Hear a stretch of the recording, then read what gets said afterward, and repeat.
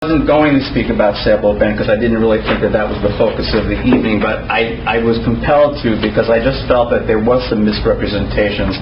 I'm just not in the camp that believes that any problems in Sailboat Bend should be attributed to the HPB or the Historic Preservation Ordinance and the district itself. In 1988, the neighborhood Sailboat Bend adopted a neighborhood master plan. The vote was 300 to 3. Which also in my mind creates a question because I'm not sure what the current number is of people who want to get rid of the district. I see maybe 10 homes here this evening, so I like to know that it really is the sentiment of a neighborhood, not just a few vocal people who, because of people being very busy, other issues in their lives, they can't get involved all the time. So I want to hear more of the representation, especially when I see that the vote in 1988 was 300 to 3 to create this district.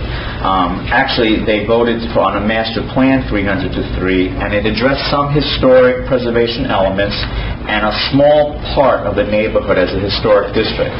Then Dwani Platter-Zyberg, also known as DPZ, was brought in, and they recommended no, it should be the whole neighborhood a historic district. The city went ahead, wrote the ordinance. It was a lengthy process. It passed in 1992, 4 years later. That's how long the public process was. And it passed with overwhelming support of the Sailboat Bend neighborhood. Letters were sent to every single Sailboat Bend resident informing them of the historic district and the ordinance, and that all properties would be regulated. And that's the way it's been since 1992. I think it's a shame that real estate agents would sell you a house, Molly, and not tell you that you were buying in a historic district. It's unfathomable to me, but again, I do not believe that you can attribute issues that you are attributing to the historic district. And I do believe that it would be throwing the baby out with the bathwater and really a black eye on the city of Fort Lauderdale if we were to eliminate our only residential historic district. Can it be tweaked? Yes.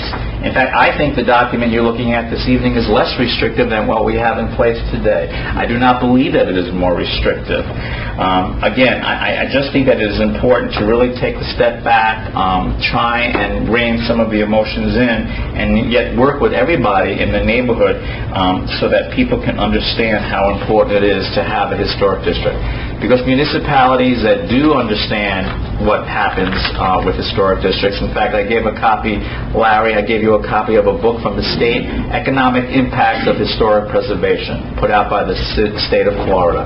It's an amazing document. You can read it online, Division of Historical Resources. And when you read a document like that, you understand what really can happen if everybody puts their heads together.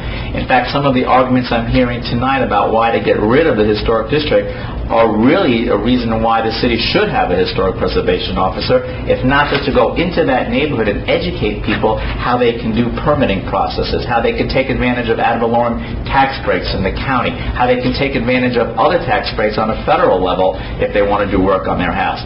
So much of this is really just a lack of education on the part of people that live in Sailboat Bend and also in the city. And I think that if people put their minds together, they can really make it work for the district. The Supreme Court has established that a historic district does not result in lost property rights and is a public good. That's a very strong statement.